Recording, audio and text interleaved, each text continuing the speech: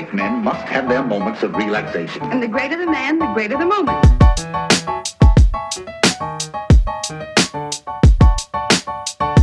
This is the latest dispatch just received in our newsroom. Hey guys, welcome to another episode of The Banana Gun Show. The Banana Gun Show. This week's episode features, what do we have lined up for today, right? We have a lot of interesting stuff. That's all I can say. Very good. Right. So this week we'll be talking about, well, a few new things that came up. The Star Wars trailer. Oh, right? yeah. It was released really earlier this week, so we'll be talking about that. We'll be talking about Joker. I guess not really a review per se, but just sort of how it's basically performing. Exactly how it's performing, where it's at now, and what this means for the future, right? I think that's really interesting. I think that's something that definitely requires some, exploring a little bit. Okay. And finally, Disney Plus, which will be launched soon, so very soon. All right. So without further ado, Star Wars trailer launched earlier this week. Did you watch it? I did, and I watched it several times. Did you? I did. Okay. What did you think? So I'm super excited, very, very excited about everything that's happening. I'm pretty sure, I'm 100% sure, or at least 99% sure Palpatine is going to be back. You can hear his voice in the trailer. You see him. There's a scene in there towards the end where Rey, she's sort of looking up, and then there's figure like towards the side. Right. Is like on a like levitating chair. Like she's like the guy is, or the figure is higher than she is because she's looking up. And I'm pretty sure it's Palpatine. Right. I'm pretty sure it's Palpatine. Yeah, there were reports that Palpatine would be in this episode 9. Yeah, because his voice is in it. Like at least the some clips of his voice are in it. Right. Which just makes people think that he's gonna be in it, which I agree. True, and well, we know very little. At least from what I got, it was very little like actual story or elements of the story. I got very little of it. Are you a Star Wars fan? I am a Star Wars fan. Okay. What's your favorite Star Wars movie?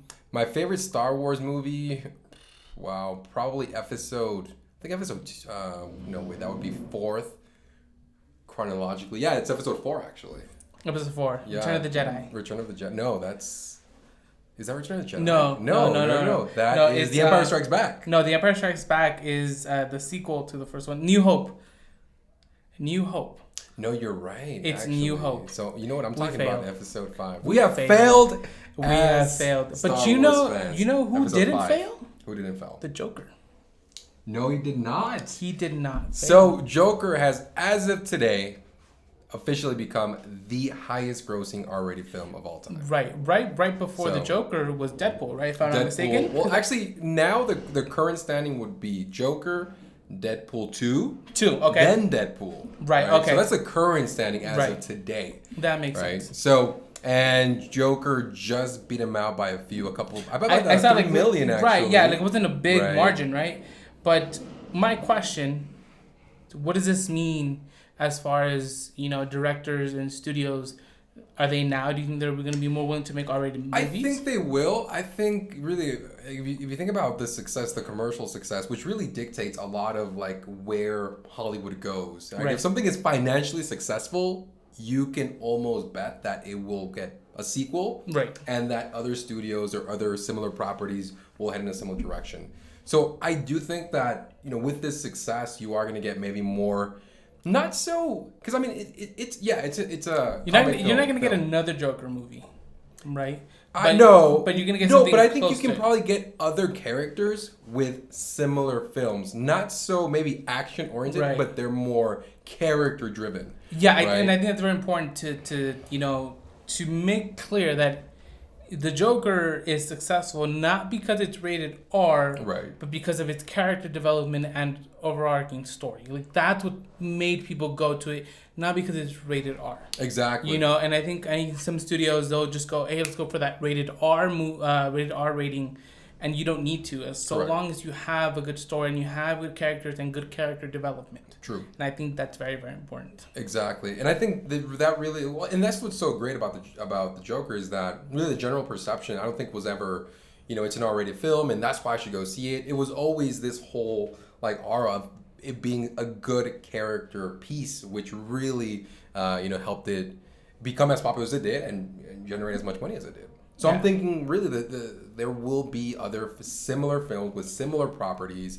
maybe even Disney. Who knows? Maybe right? Well, Not maybe directly through Disney, but one of its right. It's not Joker partners. related, but Deadpool 3 has been confirmed, Right. with Ryan Reynolds reprising his role as Deadpool. So that might be sort of where they start going into that rated R or more adult genre. Correct. You know? Very good. And I think that would be very interesting. That could be the segue. That could be the segue into that territory, which would be really interesting to see. I mean, I think it would be good because you do have something as a franchise as successful as Deadpool with a really good actor like Ryan Reynolds. Correct.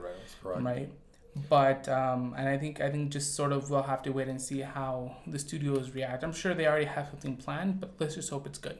Right. Well, fingers crossed for that. Mm-hmm. And speaking of Disney, brings us to our last topic of the day: Disney Plus. Disney Plus. We've gotten a lot of little nuggets of information. I mean, we got that huge Marvel at Comic-Con. You know, they're now famous Hall H presentation where they pretty much showcase everything that we would be seeing both through Disney Plus and through the new MC. phase of Marvel. Right? Yeah. So there's a lot of content they've put out. They've announced a lot of content. Is it worth switching over, all you Netflix subscribers? Well, all of us Netflix subscribers. Okay, so here's the thing. It's not only just Netflix. We're looking at HBO Plus. Right. We're looking at Hulu. We're looking at Amazon. We're looking at Netflix. We're looking at even Fox. You know, there's all these different networks have started coming out with these streaming services, which sort of, I think, defeats the purpose. Okay. Because if everybody's doing it, sort of quality gets compromised. Whereas before you only had a few ones, right? Like you had Netflix being the big one, and you would go to Netflix and be like, okay, if I can't watch it on TV or network, it might be on Netflix. So Netflix used to have this big array of TV shows.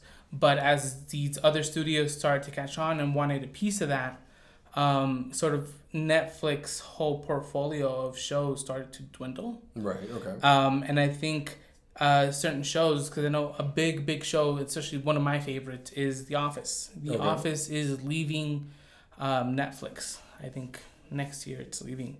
And it's going to go back home to its studio, and its studio is going to launch the whole Stream Now service. Right, okay. So Disney is coming into something that's already established.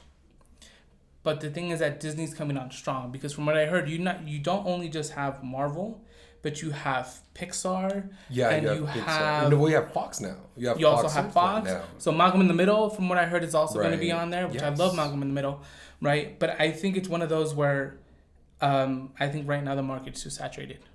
It's very saturated. And it's expensive. It's expensive because you ideally want to go to streaming service because you don't want to pay for cable. Right. But you have to have so many subscriptions that you might as well get cable.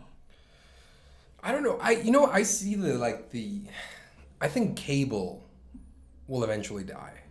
I don't know when it's going to die. Okay. I think it's eventually going to die. Right. I think there will come a point where pretty much most, if not all of our entertainment will come through streaming.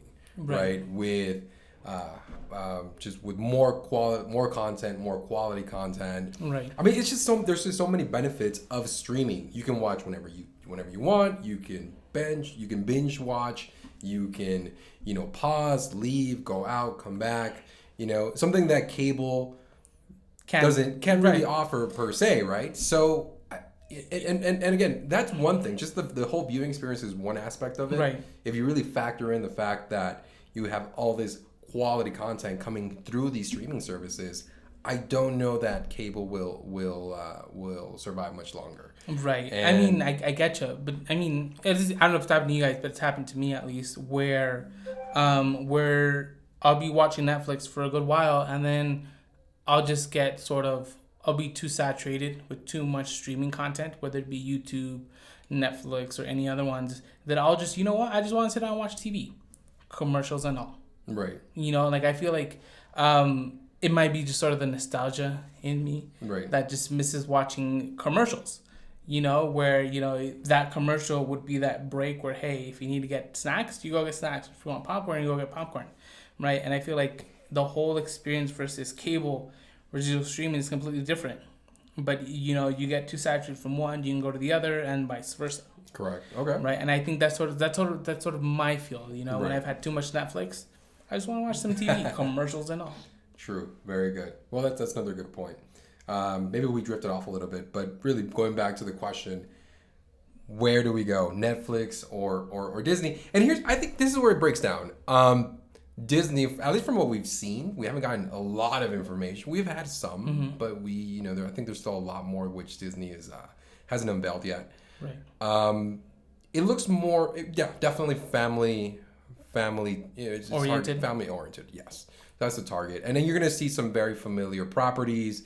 Yes, Of course. the Marvels, of course the Disney princesses, and that whole universe. That's what you're gonna get through Disney. Right. Now, if you're looking for something maybe more adult oriented, I think that's where your audience. Well, that's gonna be Netflix's audience. Is somebody who maybe isn't looking for one of these properties. Right. Maybe I want to watch a Breaking Bad movie, for example. Okay. Right? Or just a series completely isolated from the MCU, for example. Assuming these properties stay with Netflix. No. I guess that's my point. My point is that you have these properties who will be with Disney, and Netflix will be generating their own standalone quality content, which they have been doing for the past several years. So I think both streaming services will find an audience, and both of them will be able to coexist. Here's the thing, I'm gonna get it, hands down. I'm also gonna get Disney Plus. Right. Okay. I'm gonna keep my Netflix subscription. I'm gonna get my Disney Plus, because Disney offers something that Netflix doesn't and won't offer. Right. Right. So at the end of the day, that's just I'm gonna get Disney Plus. I mean, I can hate it. I might hate it, but I'm gonna be paying for it. Right. Because I want it. That's just it. That's it. Right. Very good. Well, again, I think both of them will coexist in this universe. I think the market is large enough for both of them to coexist. Okay. If anything, maybe a Hulu may be more, maybe in jeopardy. Hulu, perhaps. okay. I think Hulu would probably be hit, absolutely. Maybe even Amazon Prime, because you gotta consider Amazon's also in the mix. The big ones are Netflix, Right, and then exactly. Disney coming in becomes a heavy hitter. As soon as it comes in Exactly. the ring, it's a heavy hitter, absolutely. So, maybe we'd be a little bit more concerned about them, right? All right. Well, Red, I think this wraps up. That's it. That's it for this week. That's it. That's your daily dose of potassium.